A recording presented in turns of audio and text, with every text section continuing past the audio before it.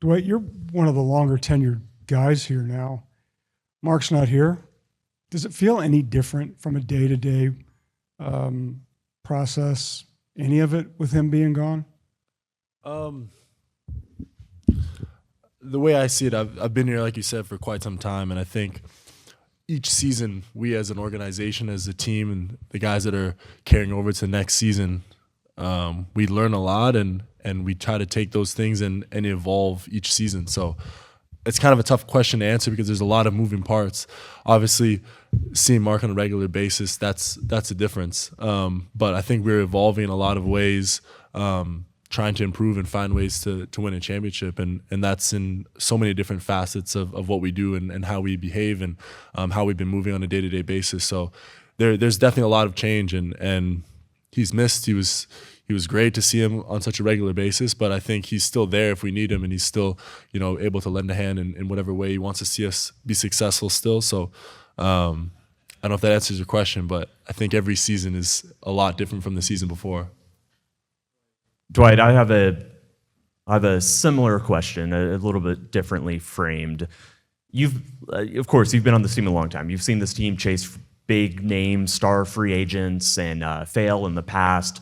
This was a team, a franchise that had its identity really built around Dirk and everything that he represented. And then over the last couple of years, Kyrie Irving arrives, and now Klay Thompson is here. So I guess I'm curious what your first reaction was finding out that Klay Thompson was going to be here, and whether it's just what it feels like to see this franchise, changing in those ways that these types of players are, buying in and ready to join and come to Dallas. I was excited for sure. I mean, one of the great shooters of our generation for sure, and one of the great shooters this game has ever seen. So you want to, naturally start going down the thought pattern of imagining what it will be like and seeing him in certain situations, especially with Luka's ability to find guys and Kai's ability to just create so much gravity. There'll be a lot of amazing opportunities for him to be extremely successful. So I guess my first reaction was being very excited. Dwight, another question kind of about the Klay addition. You've been here through Dirk's era and now Luka's era, and you know what it takes for this team to win. What about Klay Thompson's game is going to contribute to hopefully winning with you guys? He's an extremely good basketball player, first and foremost. And like I said, one of the great shooters this game has seen. But I think more importantly, he knows how to win. He knows how to play the game the right way.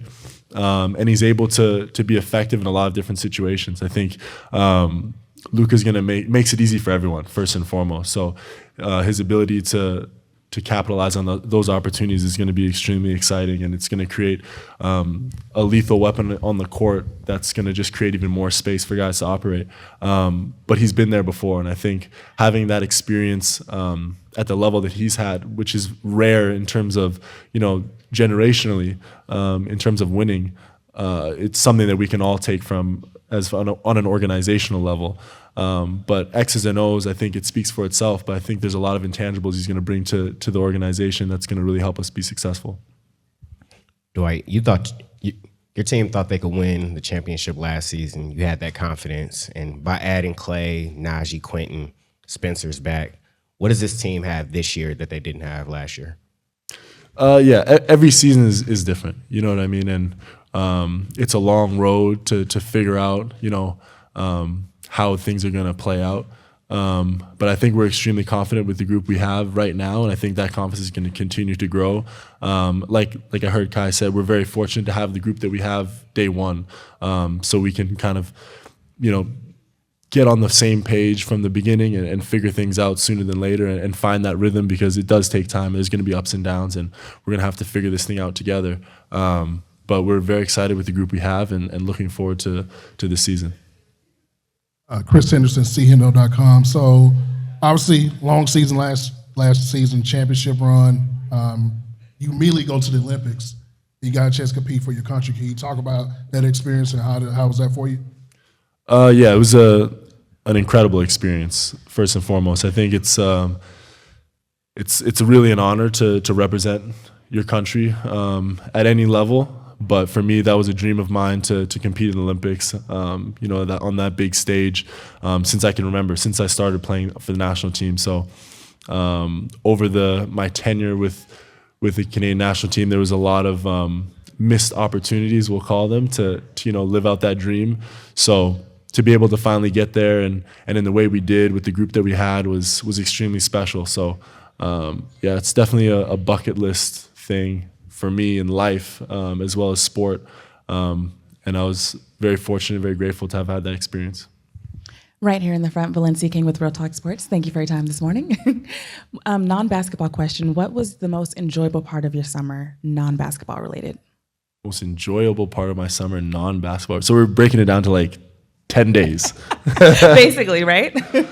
No, I was very fortunate to have some of my close friends able to fly out to Paris to see some of the events and to watch me play, and that was a really cool moment because they were there when that dream started, like at the inception point of that, that future that I had created in my mind. So they saw what went into it. They saw the sacrifices that were made. They made sacrifices for me on my behalf, and they supported me through a lot of ups and downs, and they were there when we didn't make it, and they were there and understood just what it meant for me to reach that goal. So those few days that we had in Paris after we were done, so we can be non-basketball related, were a really cool time of reflection for me, having kind of accomplished a pretty big goal in my life, not just sport, but in terms of reaching a stage that was not promised at all from when I began. And looking back on some of the things that we had done together as a group of friends, we were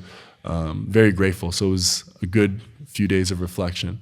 Now I'm going to dig into my journalistic bag and ask you to reflect a little bit more. If you could go back and talk to 5, 6, 7-year-old Dwight Powell and tell him that he accomplished it, what would you say?